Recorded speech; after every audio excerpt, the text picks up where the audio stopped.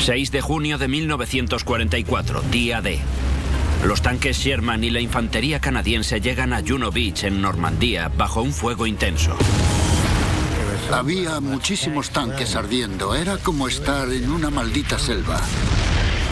Veías que habían alcanzado a uno de tus tanques delante de ti, pero no sabías qué estaba pasando. Seguías avanzando. Los canadienses presionan la defensa costera alemana y avanzan hacia el interior. Pensé, wow, esto es pan comido. Estaremos camino a Berlín la semana que viene. Para encontrarse cara a cara con los miembros más despiadados del ejército alemán, los curtidos Panzer de las SS. No había por qué tenerle miedo a un Sherman. Eran adversarios fáciles para nosotros. Es una guerra blindada en su momento más sangriento, la batalla de Normandía. Al final grité, ¡fuego! La gran batalla de los tanques, la batalla de Normandía.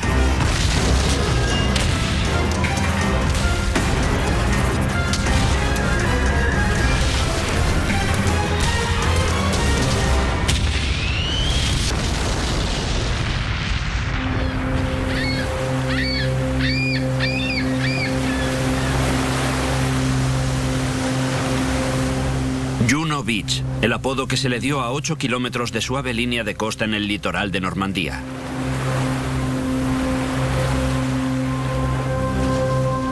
A finales de la primavera de 1944, esta fue una de las playas donde tuvo lugar la mayor operación anfibia de la historia de la guerra.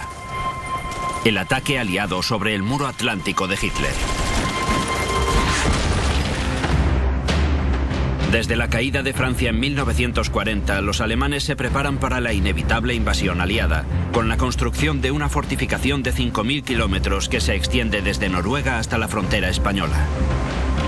Este muro atlántico se considera inexpugnable, con kilómetros de búnkers de cemento rodeados por miles de minas y obstáculos antitanque y protegidos por cerca de 3.000 cañones de gran calibre.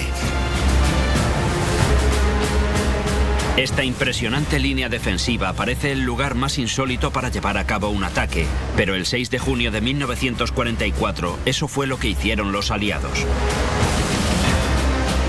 A las 3 de la madrugada, decenas de miles de hombres se aproximan a la costa de Normandía y la Marina lanza un terrible bombardeo. De repente, empezaron a disparar.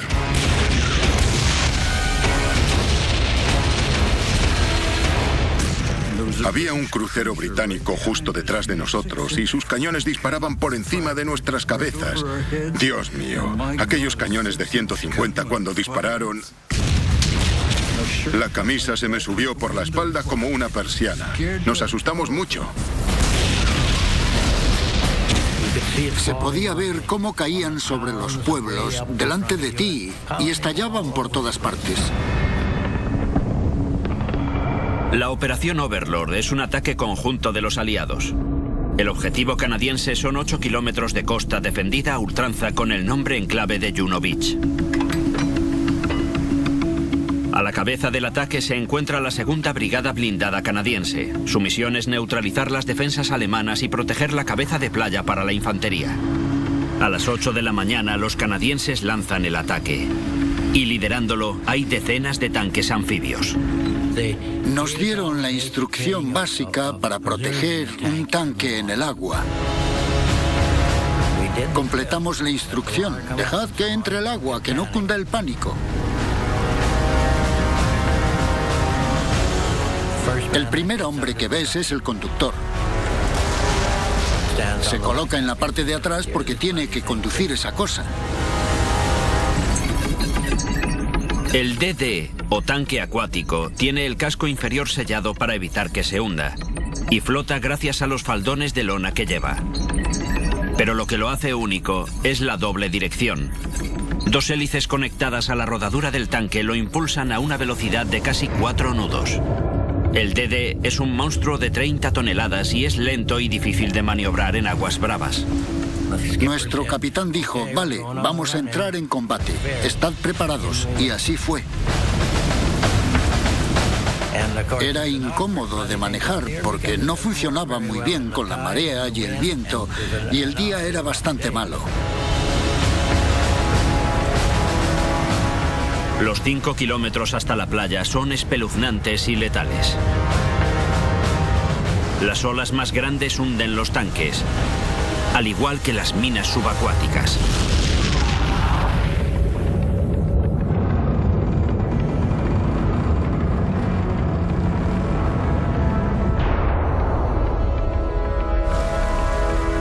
A medida que se acercan a la orilla, se ponen a tiro de la bien posicionada artillería alemana.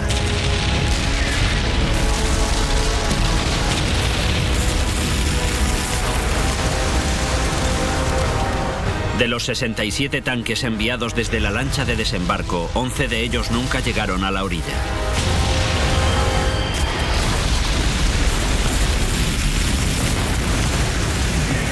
Aquellos que se deshacían de las faldas de lona se exponían a los disparos alemanes antes de poder reaccionar.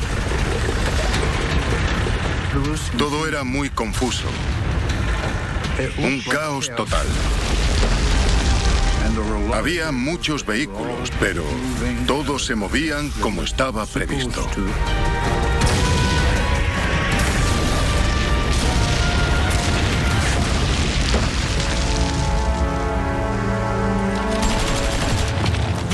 Durante las primeras horas de batalla, los canadienses perdieron casi 1000 hombres y 19 tanques.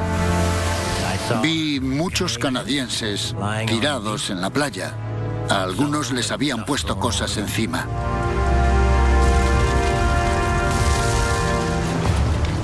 A pesar de las pérdidas, invaden la defensa alemana y toman Juno Beach.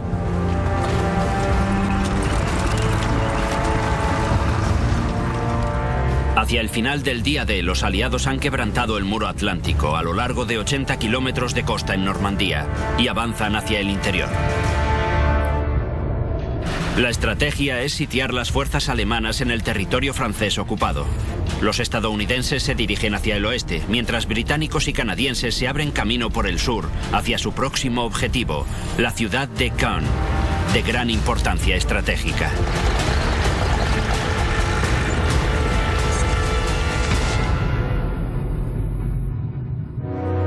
Pero la segunda brigada blindada canadiense casi ni se había movido de la playa cuando se encontraron con otro peligro, el pintoresco paisaje de Normandía. Se trata de un laberinto de campos estrechos, setos de 5 metros de alto y caminos hundidos. Dirigir un ataque a través de un entorno así es difícil y peligroso. En Normandía se combate a corta distancia, lo que hace que el factor sorpresa sea algo vital. Lo primero que te viene a la cabeza es, por el amor de Dios, entrad en el campo y empezad a moveros.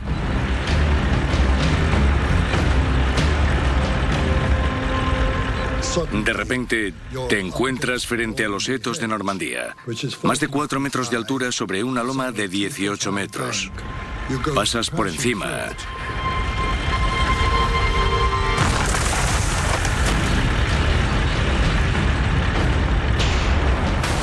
Y bajas hacia un camino hundido de más de 1 metro de profundidad. Podías cruzar el camino y atravesar otro seto.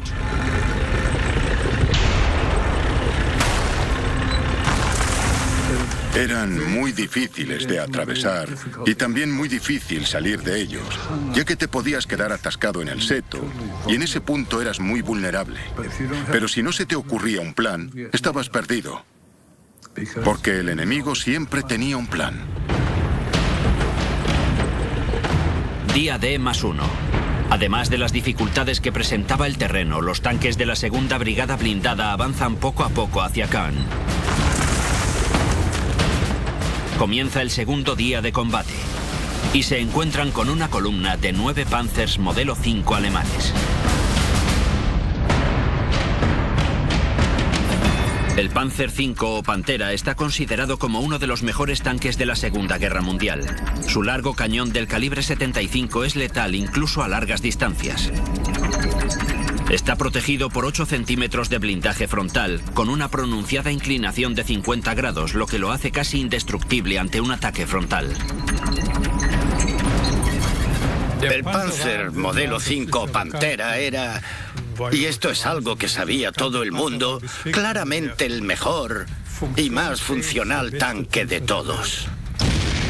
Había 3 componentes: la velocidad de disparo, el desplazamiento campo a través y la protección que ofrecía el blindaje. Pero estas ventajas no les serán de ayuda a estos tanques. El blindaje frontal no les servirá para nada. Están colocados con el lateral hacia los Sherman y muy expuestos.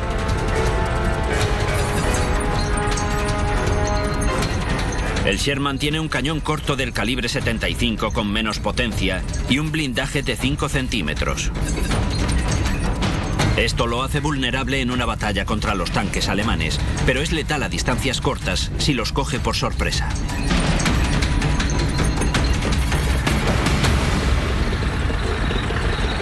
Para el radiotelegrafista Philip Lawrence y los demás novatos de los fusileros de Sherbrooke, este será su primer enfrentamiento con el enemigo.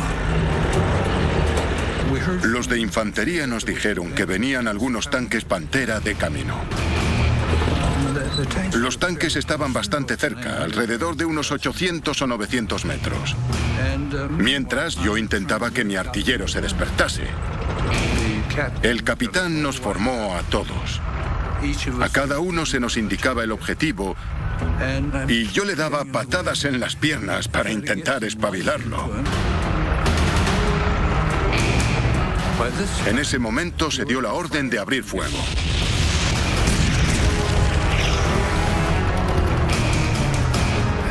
Y mi artillero estaba profundamente dormido.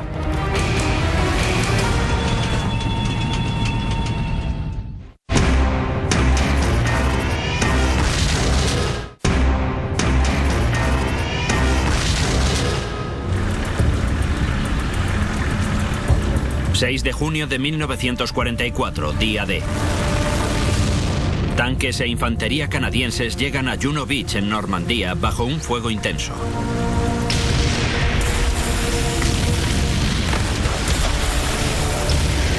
Hay muchas bajas, pero consiguen atravesar la defensa alemana y avanzar hacia el interior. El plan de los aliados es sitiar y destruir las fuerzas alemanas en Normandía. Con los estadounidenses desplazándose hacia el oeste, británicos y canadienses avanzan por el sur hacia la ciudad de Caen. Liderando la avanzada canadiense se encuentran los tanques de la Segunda Brigada Blindada canadiense. A pocos kilómetros hacia el interior se encuentran con una columna de tanques Pantera alemanes.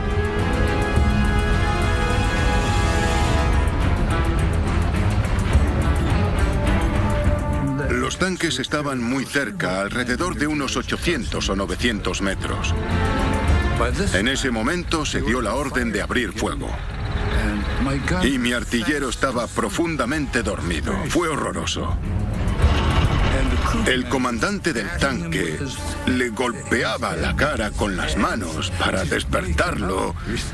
Le dijo al artillero: serás inútil, hijo de... Ahora eres el copiloto. Métete ahí dentro y procura no molestar a nadie.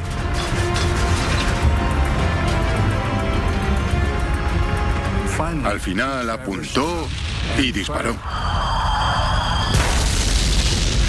Entonces el tanque saltó y el cañón retrocedió y la torreta se llenó de fuego y de humo y se escuchó un tremendo ruido. Fue espeluznante. No se parecía a un combate, era más bien una emboscada. Aquellos hombres nunca supieron qué les disparaba. Es decir, en un minuto pasaron de estar desplazándose uno detrás de otro a estar cubiertos por las llamas. Combatieron de una manera que a nosotros nos pareció absurda. Solían estar de lado. El modelo 5 Pantera tiene tan solo 5 centímetros de blindaje lateral, la mitad de lo que tiene en la parte frontal. De frente, este tanque puede resistir casi cualquier ataque de los aliados, pero si lo sorprenden por un lateral y a corta distancia, es muy vulnerable. Los podías derribar fácilmente. Los 9 Panzers fueron eliminados así de rápido.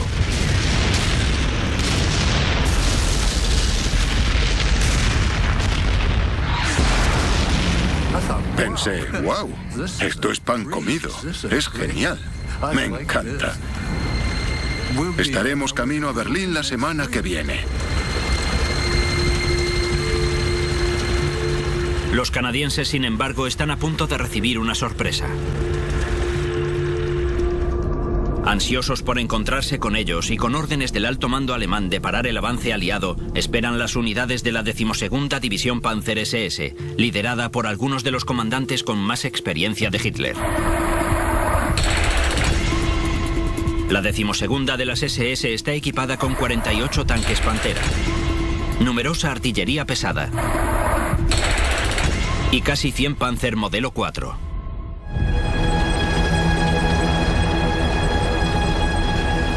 También conocida como la División de las Juventudes Hitlerianas, está liderada por Kurt Meyer, un veterano condecorado del Frente del Este con reputación de ser agresivo y cruel. Sus tropas lo apodan Panzer Meyer.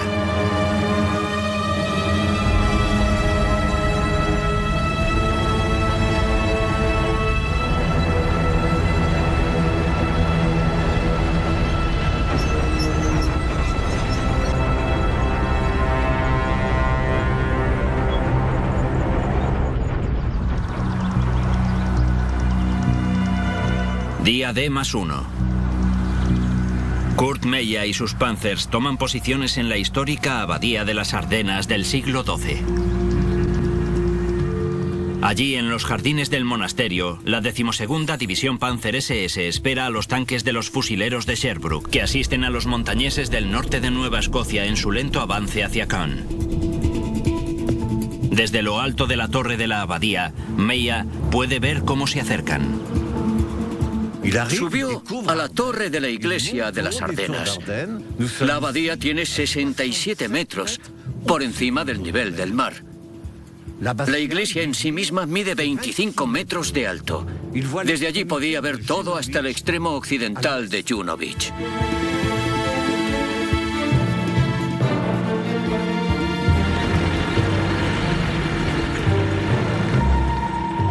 Vio que las tropas canadienses iban avanzando.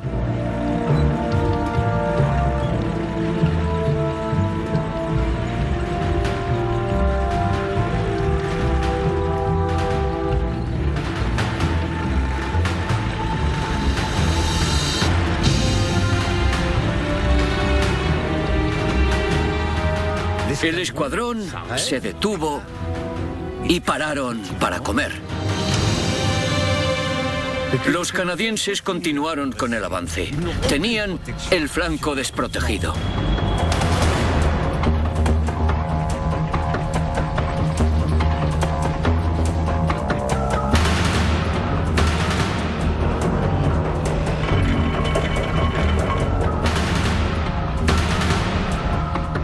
De repente, ¡bang!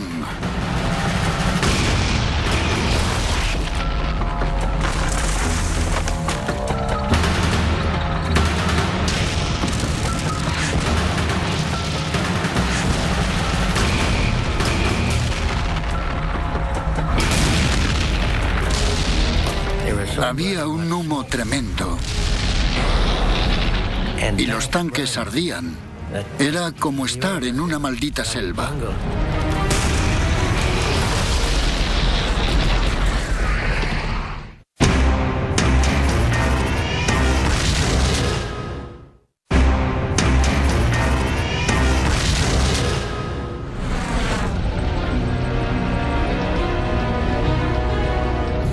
Día D+1.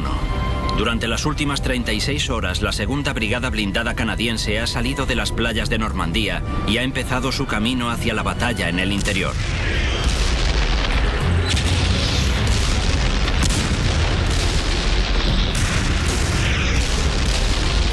Los tanques de la 12ª División Panzer SS están ansiosos por encontrarse con ellos. Los lidera el infame Kurt Meyer. Sus fuerzas toman posiciones en la abadía de las Ardenas. Allí, su división tiende una trampa a los tanques de los fusileros de Sherbrooke, que avanzan lentamente hacia la ciudad de Caen. De repente, ¡bang! Ahí empezó la batalla.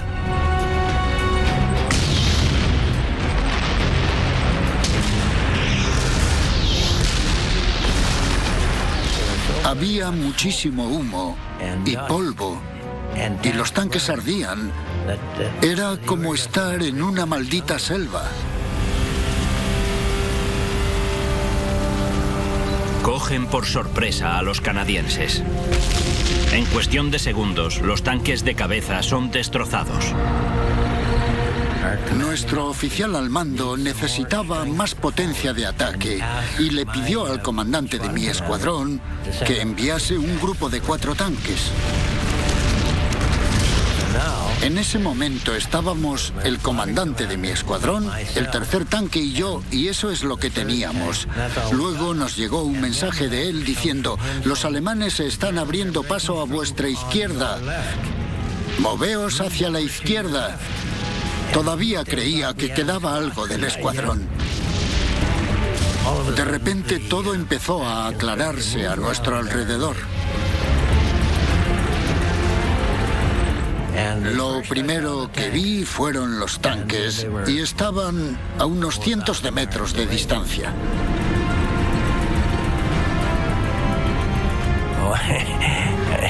Todos nosotros empezábamos a temblar cada vez que los veíamos, porque su cañón era muy superior.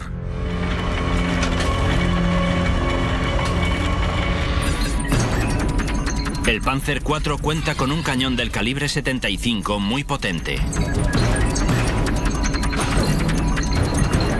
Aunque tenía un cañón más corto que el del modelo 5, un proyectil de un Panzer IV puede hacer pedazos el blindaje de un Sherman. El Sherman era un adversario fácil para nosotros. Si eras capaz de mantener la distancia, no tenías por qué tenerle miedo a un Sherman.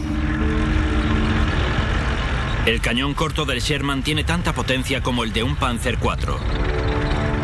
Había que poner en práctica la táctica, y yo empecé disparando humo delante de ellos. Junto con la munición perforante y la de alto explosivo, el Sherman también cuenta con bombas incendiarias de fósforo blanco. Estos proyectiles se pueden utilizar para marcar objetivos enemigos o para crear pantallas de humo a modo de cubierta táctica. Estaban a unos 900 metros y dije: por el amor de Dios, dejad que se acerquen. Y cuidado con la esquina derecha donde mandé el humo, porque podríais ver aparecer de repente algo que nos está apuntando. Y ahí estaba, un tanque que nos apuntaba con su morro, mirando e intentando apuntar hacia algo. Al final dije: fuego. Y le alcancé desde... Debía de estar a unos 800 metros, supongo. Nunca me olvidaré de aquella cosa ardiendo. Es el primer tanque que Radley Walter destruye. Al final de la guerra destruirá 17 más y obtendrá el reconocimiento de su país. Pero los canadienses están recibiendo una paliza. Perdieron 28 tanques. 110 hombres murieron y 128 fueron capturados. A 18 de los prisioneros les espera un destino espantoso. A los del primer grupo, que en su mayoría eran los del norte de Nueva Escocia, los trajeron a este patio de aquí. Los soldados canadienses subieron por estas escaleras y entraron en el parque.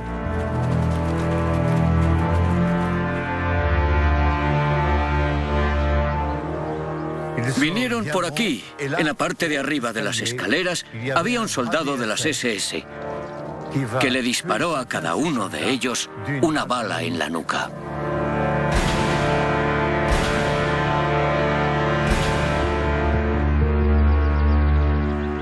El despiadado Kurt Meyer y su 12ª División Panzer SS han conseguido parar a los canadienses.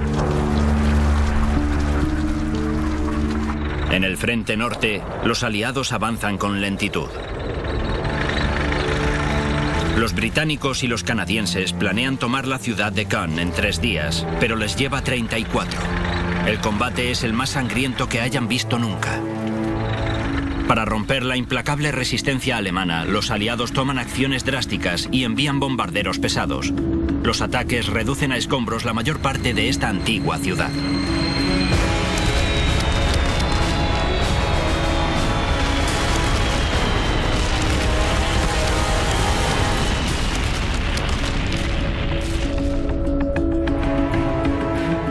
Lo que pasó fue que la ciudad de Caen se quedó totalmente destruida.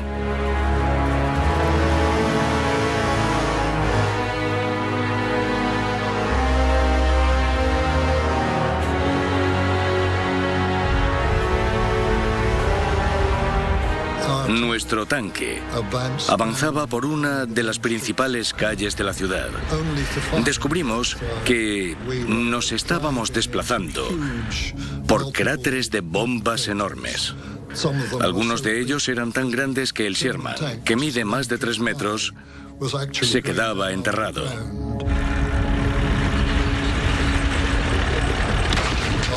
Hubo un momento en el que nos detuvimos totalmente y no podía ver cuál era el nivel normal del terreno. Hay escombros por todas partes, pero ningún alemán. Se han retirado, dejando una ciudad en ruinas a los aliados que están atascados entre los escombros que crearon sus propias bombas. Los alemanes se han retirado hacia el sur de la ciudad, a través de un tramo de 5 kilómetros de terreno montañoso conocido como la cresta de Verrières. Esta cresta se levanta 30 metros sobre las tierras bajas, lo que la convierte en una posición defensiva ideal para los alemanes. Desde aquí pueden controlar toda la zona norte hasta Caen, transformándola así en una trampa mortal para la avanzada blindada de los aliados. Los alemanes despliegan su arsenal, incluyendo 72 cañones antitanque del 88, 40 tanques Pantera y 80 tanques Tigre. Aunque cuentan con una de las mejores posiciones defensivas en Normandía, el 18 de julio, 9 días después de entrar en Caen, las fuerzas británicas y canadienses lanzan la Operación Goodwood, un asalto blindado dirigido directamente a la cresta de Verrières. Una vez más, los curtidos tanques de los fusileros de Sherbrooke se encuentran en lo más intenso de la batalla. Las órdenes son tomar un pequeño pueblo en la base de la cresta. Recuerdo estar en un lugar llamado Saint-André-sur-Orne. Habían informado de que había 64 tanques alemanes allí. Dijimos, bueno, eso significa que puede que haya 8 tanques.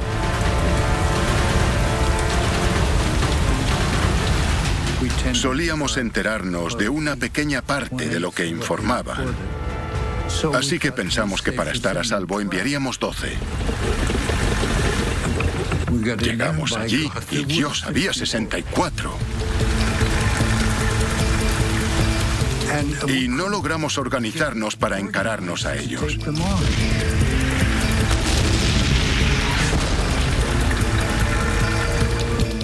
Había mucha gente fuera de combate.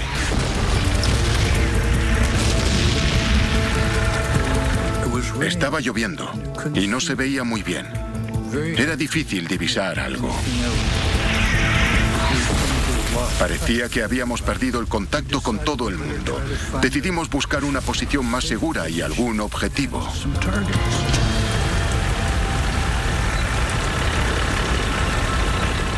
Encontramos una posición excelente. Había un edificio de piedra a nuestra derecha. Nos cubría de ser vistos y también del fuego. Era muy difícil vernos a través del seto.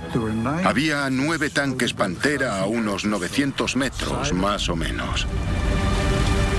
Eché un último vistazo desde la torreta porque seguía teniendo problemas con la bruma y la lluvia. Y un tanque Tigre se asomó por la esquina del edificio. Vieron la posición y pensaron, esta posición es la mejor. Avanzaron y se detuvieron delante de nosotros.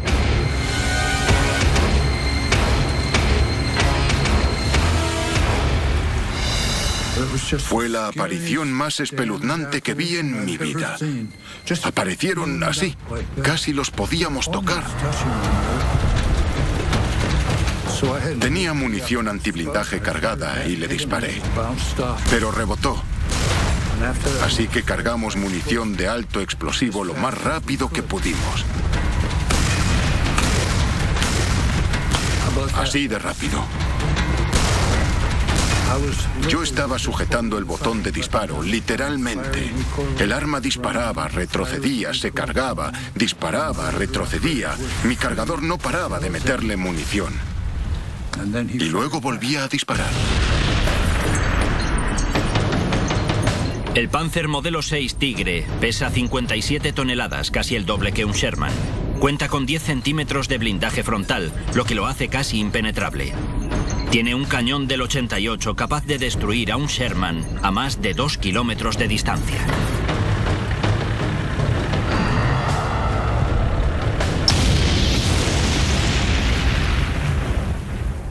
No hay palabras que puedan expresar la increíble violencia de aquel impacto.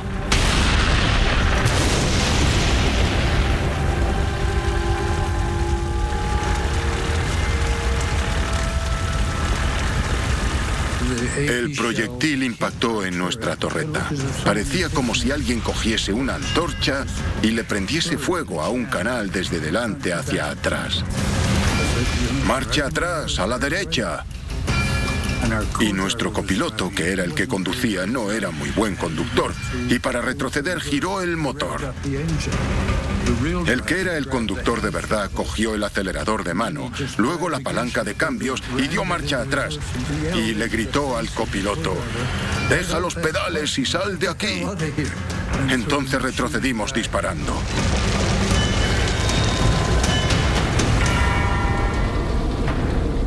Los fusileros de Sherbrooke pierden la mitad de los tanques y se ven obligados a retirarse. Otras unidades sufren pérdidas similares y también retroceden. La operación Goodwood es un desastre. Los británicos enviaron 800 tanques a campo abierto al sur de Caen y 400 de ellos fueron eliminados. Los alemanes estaban en la parte alta de la cresta Bourgebus-Ferrier y se podía ver a kilómetros de distancia. Y a lo largo de todos esos kilómetros, los alemanes estaban atrincherados en edificios, escondidos con sus cañones. Podían ver todo lo que se movía. Podían cubrir toda la zona con los 88, su famoso cañón antitanque, que era un cañón antiaéreo que podía disparar a un avión a 6.000 metros de altura. Pero nos estaban disparando a menos de 200 metros. El día 21, la ofensiva contra la cresta de Verrières se suspende debido a la enorme cantidad de bajas. En tan solo 4 días, los aliados pierden alrededor de 6.000 hombres y más de 300 tanques. Y los alemanes todavía mantienen el control de la cresta. Ahora nuestra misión era subir a la cresta y encontrar el camino adecuado para atravesar las líneas alemanas, que se presentaban como la defensa más fuerte que los alemanes hayan podido establecer en toda la Segunda Guerra Mundial. Los aliados están desesperados por dar el paso. Al general canadiense Guy Simonds se le ocurre un audaz y arriesgado plan para tomar la cresta. El nombre en clave era Operación Totalize, y Simonds pide que 400 tanques avancen rápidamente en 6 columnas, directos hacia las posiciones defensivas alemanas. Para reducir el efecto de sus piezas antitanque, lanzará el ataque de noche. Cuando alguien pregunta ¿qué se veía?, la respuesta es sencilla: nada.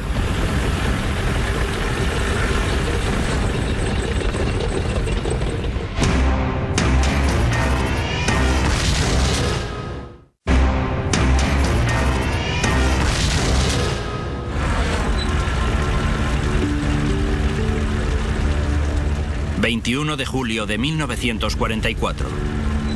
Después de la enorme cantidad de bajas en 4 días de sangriento combate, los aliados suspenden la ofensiva blindada que pretendía eliminar la sólida defensa alemana en la cresta de Verrières. Al teniente general Guy Simonds se le ocurre un nuevo plan. Los aliados deben tomar la cresta porque el avance es clave para la totalidad de la campaña en Normandía. La operación, con el nombre en clave de Totalize, necesita 400 tanques, apoyados por la infantería, para avanzar en 6 columnas directamente contra los cañones alemanes.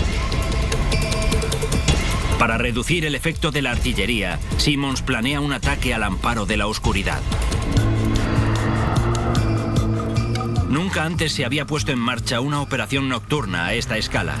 Así que Simonds ordena a infantería y tanques que practiquen el ataque a la luz del día una y otra vez. Prepararse para la operación Totalize nos llevó una semana de estudio y preparación minuciosa. Se colocaron 1, 2, 3, 4 en columnas. Detrás de esos 4 tanques colocaron otros 4. Detrás de estos colocaron 4 tanques zapadores. Y detrás de estos otros 4. Y luego 4 compañías de infantería en transporte blindado. Todos vehículos oruga. Nada de vehículos con ruedas. 11:30 de la noche del 8 de agosto. Después de una cortina de fuego de la artillería, comienza la operación Totalize. 400 tanques británicos y canadienses avanzan por la noche. Era una mezcla de sensaciones. Estabas asustado, orgulloso, contento, desconcertado.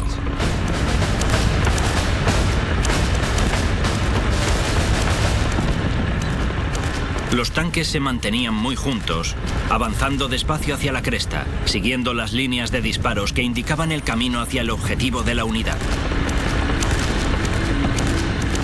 Lo único que se veía era la luz roja del tanque que tenías delante.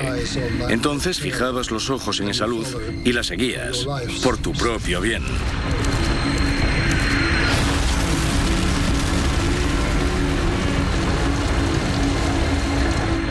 Los condenados habían puesto minas, sabiendo perfectamente dónde estábamos y por dónde les íbamos a atacar. Era un caos total, con fogonazos por todas partes, proyectiles explotando. Se escuchaban los disparos por todo el maldito lugar. De camino había algunos alemanes atrincherados, pero la orden era no detenerse y seguir hacia adelante. Veías que habían alcanzado a uno de tus tanques y ardían en llamas. Veías a otro igual. No sabías qué estaba pasando. Seguías avanzando.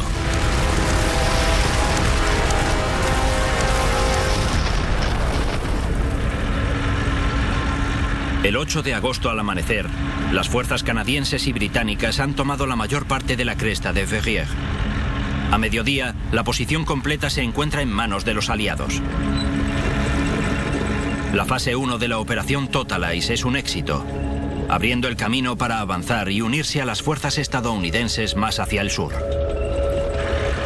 El 21 de agosto, después de 2 semanas más de combate encarnizado, los aliados por fin completan el cerco del ejército alemán en Normandía. Los alemanes, que seguían atrapados dentro, son ahora presa fácil para las fuerzas aéreas aliadas. Y por un tiempo esta terrible matanza, porque solo se le puede llamar así, continuó. Cada vez más bombarderos y cazabombarderos se unían al ataque.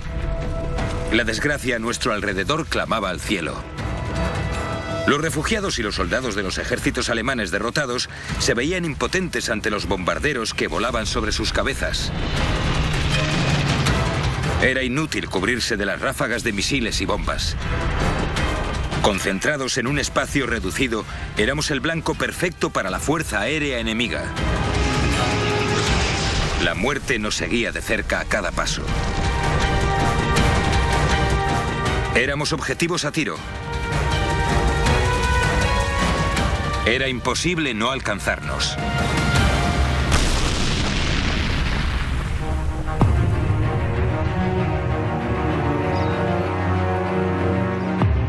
La destrucción del ejército alemán en Francia marca el final de la batalla de Normandía. Las bajas alemanas son terroríficas: 200.000 hombres muertos o heridos y 1.300 tanques destrozados. Normandía se había convertido en un cementerio para los que un día fueron los poderosos Panzers alemanes. De la 12ª División Panzer SS, solo 10 tanques y 300 hombres consiguieron escapar, entre los que se encuentra Kurt Meyer, a quien juzgarán posteriormente por crímenes de guerra, incluyendo el asesinato de los 18 soldados canadienses de la Abadía de las Ardenas. Es condenado a 9 años en prisión.